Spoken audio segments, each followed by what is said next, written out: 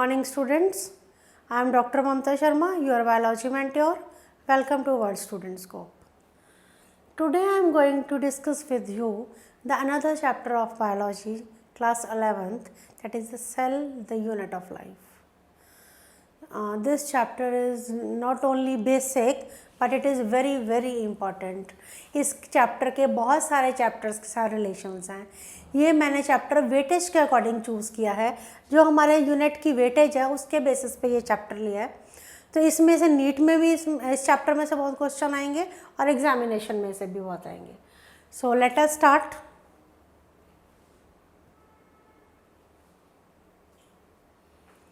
So in this we are going to discuss with about the introduction of cell, about how we can define the cell, and explanation of the cell theory, which is very important, and the diagrammatic explanation of the cell and the explanation of the size and shapes of cell.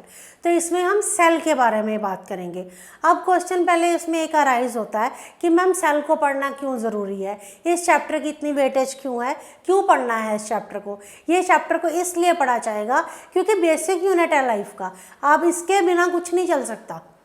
अगर हम हैं, हम human beings हैं, हम organisms हैं, living organisms हैं, तो हमारा ओरिजिन सेल से हुआ है, तो सेल के यूनिट को तो हमें पढ़ना ही पड़ेगा. So let us start with the journey of cell. When you look around, you see both living and non-living things. हम अपने आसपास देखते हैं तो हमें अपने आसपास अपने friends, living organism, plants, animals और बहुत सारे non living objects, chair, table, बहुत सारी ये चीज़ें हमें दिखाई देती हैं. राइट, ऐसा होता है. So you must have wondered and asked yourself, what is that makes an organism living, or what is it that an inanimate thing doesn't have? आप मुझे ये बताओ कि how you will say that you are living and chair is not living? How you will define that the living objects from the non-living? तो answer to this is the presence of the basic unit of life, the cell. एक cell ही है जो आपको living होने का एहसास करवाता है.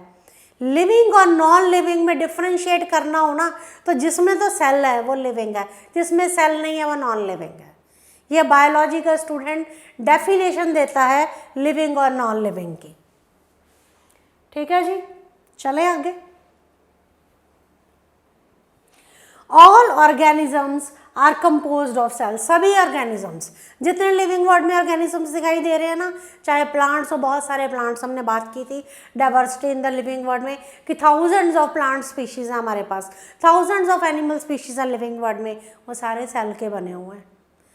बिना सेल के किसी का सर्वाइवल नहीं है. माइक्रो ऑर्गेनिजम्स सेल के बने हुए हैं. बैक्टीरिया पढ़ा था, अभी पीछे बैक्टीरिया पढ़ा था, तो हम कह रहे थे बैक्टीरिया प्रोकैरियोटिक सेल है, तो फिर से बात वही आ गई, सेल है. तो सेल जितने भी ऑर्गेनिजम्स हैं they are composed of cell, सभी सेल के बने हुए हैं. अब कुछ ऑर्गेनिजम्स होते हैं जो सिंगल सेल के बने होते हैं. जो ऑर्गेनिजम्स सिंगल सेल के बने होते हैं उन्हें क्या कहा जाता है, यूनिसेलुलर ऑर्गेनिजम्स. अब यूनिसेलुलर ऑर्गेनिजम्स की डेफिनेशन तो आ गई, पर विदाउट एग्जाम्पल इसकी कोई इंपॉर्टेंस नहीं है. तो पता होना चाहिए अमीबा, अमीबा एक यूनिसेलुलर ऑर्गेनिज्म है. आगे पढ़ेंगे कि जो यूनिसेलुलर ऑर्गेनिज्म है जिसमें एक सेल है, ये अपना सर्वाइवल कैसे करता है. आप देखो, हम मल्टी सेलुलर ऑर्गेनिजम्स हैं, एनिमल्स मल्टी सेलुलर ऑर्गेनिजम्स हैं. हमारे अंदर वेल डिफाइंड सिस्टम्स हैं क्योंकि हमारे सेल टिश्यूज़ बनाते हैं, ऑर्गन बनता है, ऑर्गन सिस्टम बनते हैं, ऑर्गेनिज्म बनता है. हमारी बॉडी में रेस्पिरेटरी सिस्टम है, एक्सक्रीटरी सिस्टम है, न्यूट्रिशन डाइजेस्टिव सिस्टम है, रिप्रोडक्टिव सिस्टम है, नर्वस सिस्टम है, एंडोक्राइन सिस्टम है. इतने सिस्टम्स हैं, तभी हम फंक्शंस परफॉर्म कर पा रहे हैं. ऐसा है ना. तो सेल, तो बिना सेल के तो कुछ भी नहीं होना, क्योंकि सेल है तो टिश्यू बनना है, सेल है तो हायरार्की स्टार्ट होगी.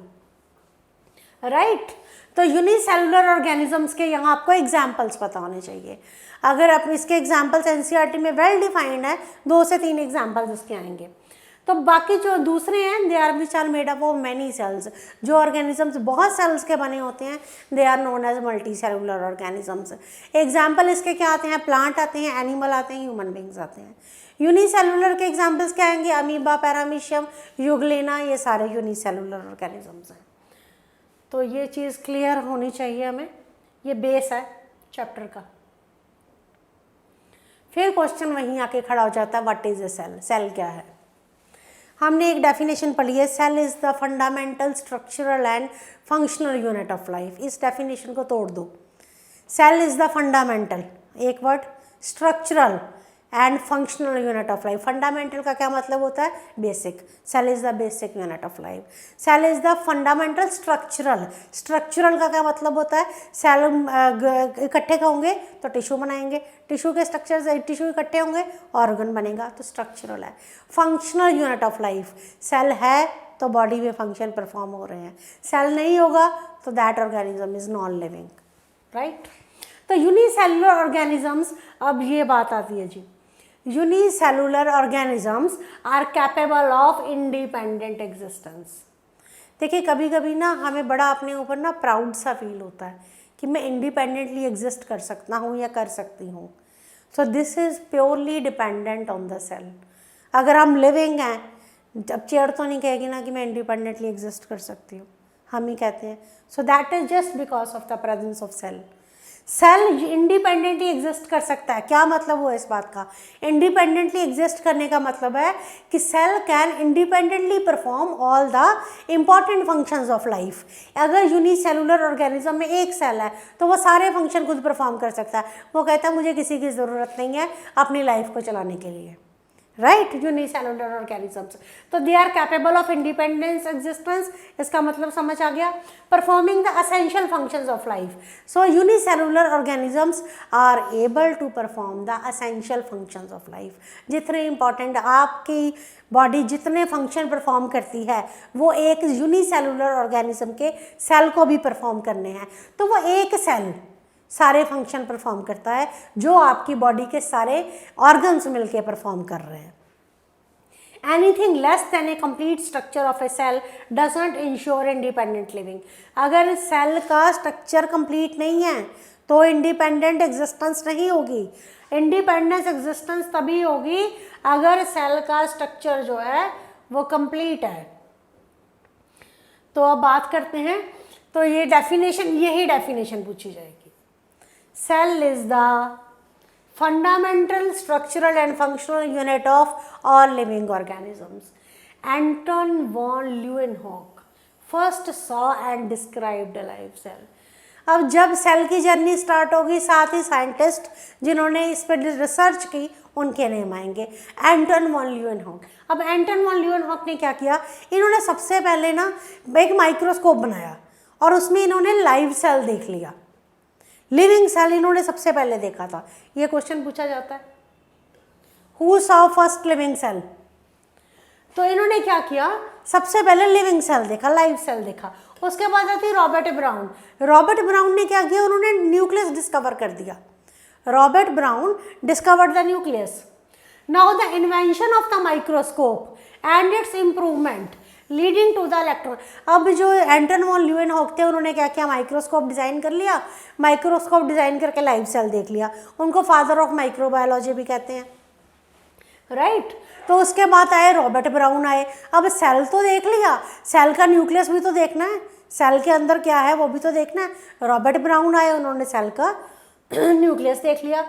उसके बाद जब इन्वेंशन हुई माइक्रोस्कोप की और उसमें इम्प्रूवमेंट्स, जब इन्वेंशन माइक्रोस्कोप की होगी तो उसमें कुछ इम्प्रूवमेंट्स की गई। वो इम्प्रूवमेंट्स ने क्या किया? इलेक्ट्रॉन माइक्रोस्कोप की डिस्कवरी होगी। तो ये सब जब इलेक्ट्रॉन माइक्रोस्कोप आ गया तो इससे क्या हमें पता लगा? We become able to study the detailed structure of cell. क्योंकि हमें ये तो कहना आसान है कि cell is the fundamental structural and functional unit of life, लेकिन सेल का डिटेल स्ट्रक्चर क्या है ये पढ़ना बहुत इंपॉर्टेंट है। Because how cell is performing all the necessary functions of life, ये क्वेश्चन का आंसर तभी मिलेगा। Let us proceed further. Cell theory. Next topic is the cell theory. अब जैसे मैंने कहा एंटन वॉन ल्यूवेनहॉक आए, उन्होंने सबसे पहले लाइव सेल देखा। रॉबर्ट ब्राउन आए, उन्होंने न्यूक्लियस देखा। उसके बाद कौन से साइंटिस्ट आए? Matthew Sheldon. मैथ्यू शिल्डन आए 1800 के आसपास आए थे ये साइंटिस्ट। 1838 में आए मैथ्यू शिल्डन, ये जर्मन बॉटनिस्ट थे।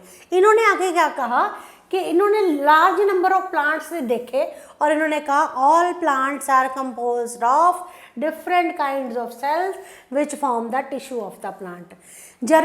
मैथ्यू शिल्डन आए। मैथ्यू शिल्डन ने क्या कहा 1838 में कि जितने सभी प्लांट्स जो है ना they are made up of different kind of cells and they form the tissue of the plant. उसके सेम टाइम पे थियोडर श्वैन आए और ये जियोलॉजिस्ट थे, तो इन्होंने कहा all animals are made up of cells. तो शिल्डन ने कहा, जर्मन बॉटनिस्ट थे, उन्होंने कहा all plants are made up of cells. उसके बाद आए हमारे श्वैन, उन्होंने कहा all animals are made up of cells, right. तो उसके बाद साथ उन्होंने एक नई बात की कि cells had a thin outer membrane which is today known as plasma membrane. जो सेल्स हैं उनके बाहर एक मेम्ब्रेन होती है, थिन मेम्ब्रेन होती है which is known as plasma membrane. अब प्लाज्मा मेम्ब्रेन को प्लाज्मा लेमा भी कहते हैं और इसके बारे में हम आगे डिस्कस करेंगे, इसी चैप्टर में है कि ये प्लाज्मा मेम्ब्रेन क्या होती है, क्या फंक्शन परफॉर्म करती है, सेल में कहाँ होती है, तो ये सब देखेंगे।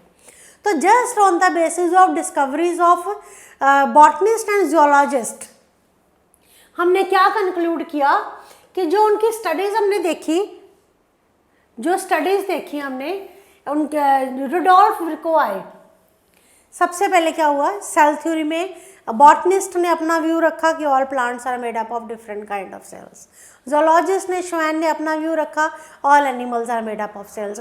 उसके बाद कंबाइन कर ली गई दोनों की फाइंडिंग्स जब कंबाइन हुई तो सेल थ्योरी बन गई। सेल थ्योरी की इन्वेंशन हो गई तो सेल थ्योरी ने दोनों पॉइंट्स को इकट्ठा कर दिया। उसके बाद आया रुडोल्फ विर्को। रुडोल्फ विर्को ने 1855 में कहा कि सेल जो होता है, जो सेल है वो डिवाइड करता है और new cells are formed from the pre existing cell. ये नीट का क्वेश्चन है जी, very very important. Rudolf Virchow ने आके क्या कहा 1855 में, वो कहता ठीक है सारे प्लांट्स सेल्स के डिफरेंट काइंड ऑफ सेल्स के बने हैं, सारे animals different kind of cells के बने हैं, दैट्स राइट। पर ये बताओ ये सेल अराइज कहाँ से होता है? सेल तो है लेकिन ये कहाँ से आता है सेल? कुछ पड़ा हुआ था क्या अर्थ पे जिससे हमने बात करनी शुरू कर दी? तो इसको किसने आके ये फाइंडिंग्स कौन लेकर आया? रुडोल्फ विर्को लेके आए। रुडोल्फ विर्को ने कहा कि सेल डिवाइड करता है और न्यू सेल अराइज होता है from the pre existing cell. Cell divide करता है और न्यू सेल अराइज होता है from the pre existing cell. ठीक है जी। तो ओमनिस सेलुला ई सेलुला, ये बहुत इंपॉर्टेंट पॉइंट है। ओमनिस सेलुला ई सेलुला, he modified the hypothesis of Sheldon and Schwann to give the cell theory a final shape। तो जो सेल थ्योरी थी जो शील्डन ने और श्वैन ने दी थी उसको एक नया मॉडिफाइड फॉर्म किसने दिया? रुडोल्फ विर्को ने। कब दिया? 1855 में। ओमनीज सेलुला ई सेलुला, इस पे क्वेश्चन आता है। सेल थ्योरी, अब आज के टाइम में अब हम मॉडर्न जो हम बायो के स्टूडेंट्स हैं हम क्या पढ़ते हैं सेल थ्योरी कि living organisms are composed of cells and the products of cell. सारे लिविंग ऑर्गेनिज्म सेल्स के बने हैं और उनके प्रोडक्ट्स के बने हैं। All cells arise from pre existing cell. जो सेल्स हैं वो कहाँ से अराइज होते हैं? प्री एग्जिस्टिंग सेल से। ये मेरे ख्याल से क्लियर होगी बात। सेल थ्योरी पे क्वेश्चन आता है, विर्को ने जो कहा उस पर क्वेश्चन आता है मॉडिफाई। तो this was Robert Hooke who discovered the nucleus. Rudolf Virchow 1855, all cells arise from pre-existing cells. Matthew Sheldon, all plants are made up of different kind of cells and the cell products. And Theodor Schwann, all animals are made up of cells. तो ये scientist जो आए इन्होंने आके अपनी discoveries की findings दी अपनी। आगे चले। Overview of cell. अब हम यूनिसेलुलर मल्टी सेलुलर से फेमिलियर हो गए हैं। अब हमें बात करनी है ओवरव्यू ऑफ। अगर सेल को आप सेल को ओवरव्यू करो मतलब उसको माइक्रोस्कोप के अंदर देखा, इंटरनल स्ट्रक्चर नहीं देखना, सिर्फ एक्सटर्नली उसको व्यू करना है, तो उसकी हम बात करते हैं। नाउ वी हैव ऑलरेडी, आपको जो आपकी एनसीईआरटी की बुक है इसमें 9th में, यस 9th में चैप्टर है cell the fundamental unit of life. तो उसमें आपने अगर देखा हो तो फर्स्ट पेज पे वो दे रखा है कि रॉबर्ट हुक की डिस्कवरी दे रखी है कि उन्होंने सेल डिस्कवर किया। तो वो डिस्कवरी में दे रखा है कि रॉबर्ट हुक ने क्या किया था कि ट्री की जो बार्क होती है ना, छाल होती है पेड़ की, उसको उसने स्लाइस में काट के माइक्रोस्कोप के अंदर देख लिया। जब उसने उसको माइक्रोस्कोप के अंदर देखा तो उसने कहा कि ये तो मेरे को हनी कॉम स्ट्रक्चर लगते हैं, मधुमक्खियों का छत्ता लगता है। तो हनी कॉम स्ट्रक्चर कैसे थे, ऐसे, उसको कुछ इस तरह के स्ट्रक्चर उसमें दिखाई दिए। तो उसने कहा ये सेल है। फाइन। तो हम बात करना चाहते तो अनियन पील में, तो आपको ना 9th क्लास की जो एनसीईआरटी में जो चैप्टर है उसमें एक एक्सपेरिमेंट दिया हुआ है जिसमें कि अनियन पील से क्या फाइंडिंग्स हुई। तो आप उस एक्सपेरिमेंट को जब पढ़ोगे तो you will come to know कि जब अनियन पील में देखा या ह्यूमन चीक सेल में देखा तो हमें क्या पता लगा। अनियन सेल जो है एक टिपिकल प्लांट सेल है, उसकी डिस्टिंक्ट सेल वॉल है, at its outer boundary and just within it cell membrane.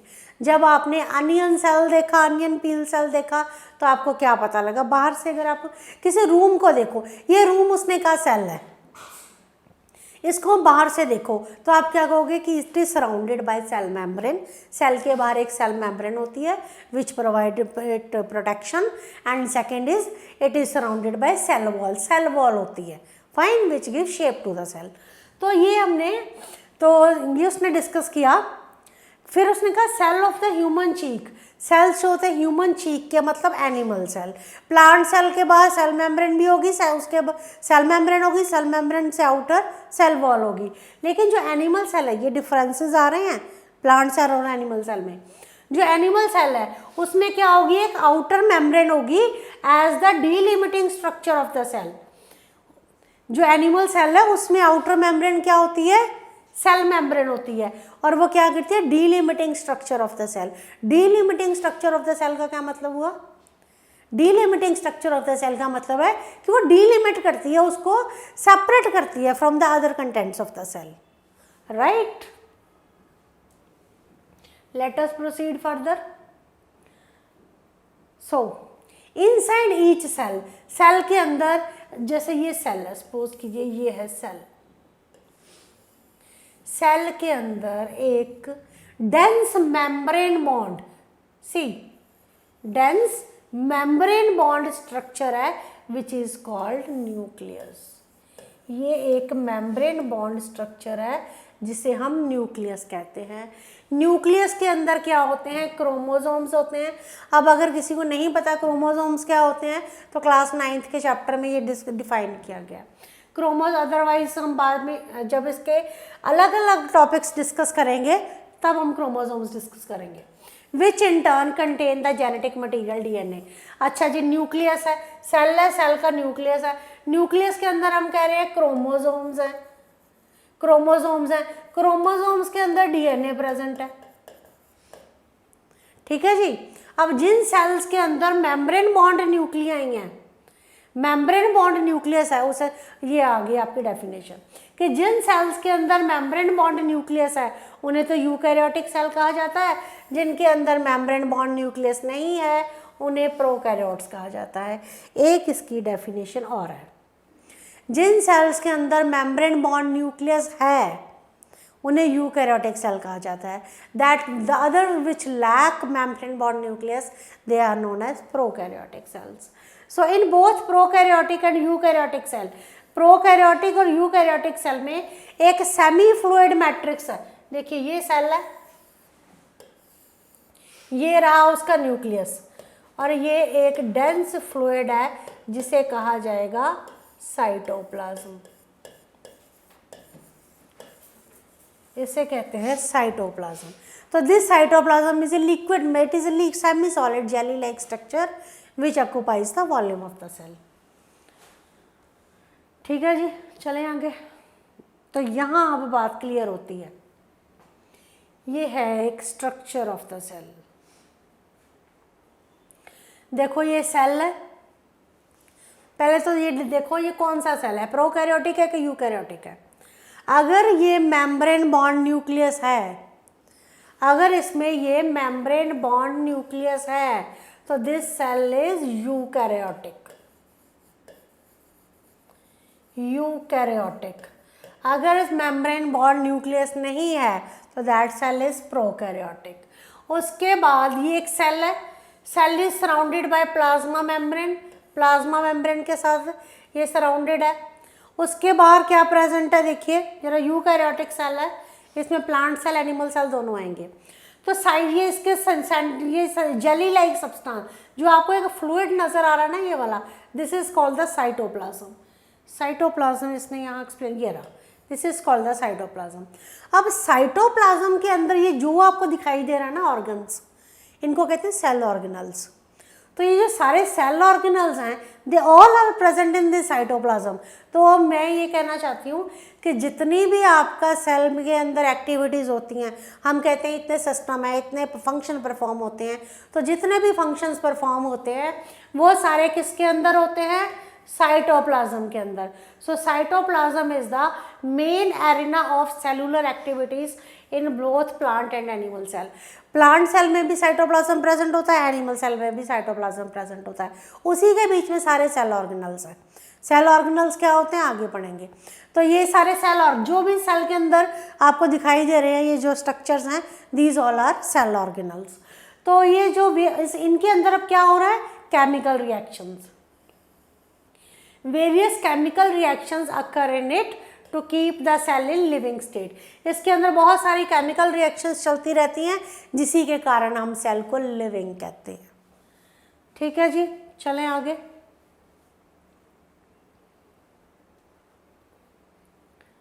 So beside the nucleus, nucleus के अलावा और इसमें क्या होता है? Eukaryotic cells. मैं यूकैरियोटिक सेल की बात करूंगी तो मैं मेम्ब्रेन बॉन्ड न्यूक्लियस की बात करूंगी। सेकंड बात होगी मेम्ब्रेन बॉन्ड डिस्टिंक्ट स्ट्रक्चर्स जिन्हें हम कहते हैं organelles. Very very important from the examination point of view. अब ये मेम्ब्रेन बॉन्ड स्ट्रक्चर्स कौन से हैं?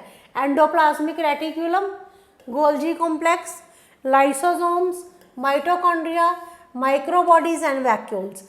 ये सारे सेल ऑर्गेनल्स जो हैं प्रेजेंट होते हैं सेल में। अब ये सेल ऑर्गेनल्स का ब्रीफ तो हम आपको मैंने अलग से ऑर्गेनेली का इसका वीडियो तैयार किया है, बट इसके सेपरेट हमने अलग अलग से हर एक ऑर्गेनेल को पढ़ना है। प्रोकैरियोटिक सेल्स, जो प्रोकैरियोटिक सेल्स हैं they lack such membrane bond organelles. अभी तक हमने जो भी पढ़ा उसके बेसिस पे हम डिफ्रेंशिएट कर देंगे प्रोकैरियोटिक सेल को और यूकैरियोटिक सेल को। प्रोकैरियोटिक सेल में no membrane bound organelle except ribosome. Eukaryotic cell में all membrane bound organelles are present in the case of eukaryotic cell. Ribosomes, ribosomes are the non membrane bound organelles. Ribosomes are the non membrane bound organelles. ये क्यों कहा गया है non membrane bound? क्योंकि membrane bound organelles present होती हैं। तो ribosomes non membrane bound organelle है। कहाँ प्रेजेंट होती है? Both eukaryotic as well as prokaryotic cell में। Very important question from the examination point of view, very important question from the examination point of view. तो ये दोनों question जो हैं पता होने चाहिए। अब जो सेल के अंदर राइबोसोम्स, मैंने कहा कि प्रोकैरियोटिक में कोई ऑर्गेनेली नहीं है, यूकैरियोटिक में मेम्ब्रेन बॉन्ड ऑर्गेनेलीज हैं। जो प्रोकैरियोटिक है उसमें मैंने कहा राइबोसोम्स प्रेजेंट होते हैं, राइबोसोम्स प्रेजेंट होते हैं। तो जो राइबोसोम्स हैं they are not found only in the cytoplasm. सिर्फ मैंने आपको भी कहा था पीछे कि ये सेल है, ये साइटोप्लाज्म है और इसी के अंदर सारे स्ट्रक्चर प्रेजेंट हैं। हाँ जी, इसी के अंदर सब तरह के स्ट्रक्चर जो हैं वो प्रेजेंट हैं। अब मैं ये कहना चाहती हूँ कि जो राइबोसोम्स हैं which are present in prokaryotic cell and eukaryotic cell, ribosome is the only organelle which is found both in prokaryotic as well as in eukaryotic cell. तो जो एनिमल्स जो राइबोसोम्स हैं they are found not only in the cytoplasm but also within the two organelles known as chloroplast and mitochondria. Very important question from the NEET examination point of view as well as from the examination point of view. तो cell के अंदर prokaryotic cell में हमने बात कर ली ribosomes होते हैं। अब वो राइबोसोम्स कहाँ प्रेजेंट होते हैं? वो राइबोसोम प्रेजेंट होते हैं क्लोरोप्लास्ट में और माइटोकॉन्ड्रिया में। अभी इसके बारे में कुछ नहीं पता, लेकिन सिर्फ इसको समझना है। आगे चलते हैं जी। Animal cells they contain non membrane bound organelles called centrosomes which helps in cell division. देखो जी, जब से प्रोकैरियोटिक सेल्स की बात होगी, राइबोसोम्स की बात होगी। राइबोसोम्स प्रेजेंट होती सिर्फ एक ही ऑर्गेनेली है जो प्रेजेंट होती है प्रोकैरियोटिक सेल में। ये सिर्फ साइटोप्लाज्म में नहीं होते, ये कहाँ प्रेजेंट होते हैं? They are also present in chloroplast as well as in the mitochondria. लेकिन जब एनिमल सेल की बात होगी तो एनिमल सेल में भी एक नॉन मेम्ब्रेन बॉन्ड ऑर्गेनेली होती है जिसका नाम है सेंट्रोसोम। ये किस में हेल्पफुल है? सेल डिवीजन में। ये सारा एज सच एनसीईआरटी में दे रखा है और ये बहुत इंपॉर्टेंट है from the examination point of view. आगे बात करें size and shape of cells. अब सेल तो कुछ समझ आ गया। प्रोकैरियोट दो तरह के होते हैं, 2 टाइप्स हैं, prokaryotic as well eukaryotic cell, ये भी समझ आ गया। अब आगे बात हमने सेल क्या होता है ये भी समझ लिया। साइंटिस्ट ने डिस्कवरीज की, वो भी बात समझ लग गई। सेल थ्योरी हमने कर ली। Now size and shape of cell. देखिए, हम ह्यूमन बींग्स यूनिसेलुलर ऑर्गेनिज्म की बात हुई थी, तो एक ही ऑर्गेनिज्म सारे फंक्शन परफॉर्म कर रहा है, तो हमें इसमें कोई मतलब नहीं है पूछने का कि इनमें क्या डिफरेंट शेप्स हैं सेल्स की। सेल ही एक है तो उसकी शेप क्या देखनी, वो सारे फंक्शन परफॉर्म कर रहा है। But in the case of multi cellular organism, human beings के केस में, हमारी बॉडी में organ system, different organ systems हैं। Different organ system different organs से बने हैं, ऑर्गन्स टिश्यूज से बने हैं, tissue different type of cells से बने हैं। तो मैं यहाँ जस्टिफाई करती हूँ कि different type of cells are present in multi cellular organism. तो हम यहाँ पढ़ेंगे कि जो सेल्स हैं ये डिफर करते हैं साइज, शेप एंड एक्टिविटीज़ में। सेल का साइज डिफरेंट है, सेल की शेप डिफरेंट है, सेल का फंक्शन डिफरेंट है। तो आपको याद रखना है माइकोप्लाज्मा, ये क्वेश्चन पूछा जाता है। माइकोप्लाज्मा स्मॉलेस्ट सेल है mycoplasma, 0.3 centimetre in length. Bacteria में 3 to 5 तक चला जाता है। 2 क्वेश्चन पूछे जाते हैं, which is the smallest cell mycoplasma and which is the largest cell? Egg of an ostrich. Largest isolated cell, egg of an ostrich. ये दोनों बहुत इंपॉर्टेंट है। Among multicellular organisms, human red blood cells are about 7.0 cm in। ये सब आपको figures learn करनी है। Which is the smallest cell, which is the largest cell, and which is the human red cells जो हैं इनका size पूछा जाता है। तो ये सारी चीज़ें बहुत इम्पॉर्टेंट है from the examination point of view. So there are 2 diagram, ये फिगर्स दी गई है नर्व सेल की। मैंने बात की कि डिफरेंट टाइप ऑफ सेल्स होते हैं, डिफरेंट टाइप ऑफ सेल्स होते हैं। तो बात आती है अब समझ कि अगर सेल की शेप डिफरेंट है, सेल का साइज डिफरेंट है, तो कहना इसे सेल डिफरेंट फंक्शन परफॉर्म करता है। मेरी बॉडी में नर्व सेल हैं, मुझे अगर हल्की से भी मैं किसी हॉट चीज़ को या ठंडी चीज़ को हाथ लगाती हूँ तो मेरे माइंड को उसी समय मैसेज मिलता है कि no this is hot, you must remove your hand from that place. तो मैं क्या कहना चाहती हूँ? मैं ये कहना चाहती हूँ कि जैसा सेल का शेप होगा वैसा वो फंक्शन परफॉर्म करेगा। अब सेल का शेप कैसा? नर्व सेल का। नर्व सेल कैसा है? देखिए इस तरह का नर्व सेल है। अब वेरी ऑब्वियस कि नर्व सेल्स को सिग्नल्स देने हैं ब्रेन से to all the body parts. तो जो सेल का शेप है उसके अकॉर्डिंग होगा। तो सेल का जो शेप है that depend upon the function performed by the cell. ठीक है जी, लेट अस मूव फर्दर। हाँ जी, so nerve cell are some of the longest. Again question will come, which is the longest cell?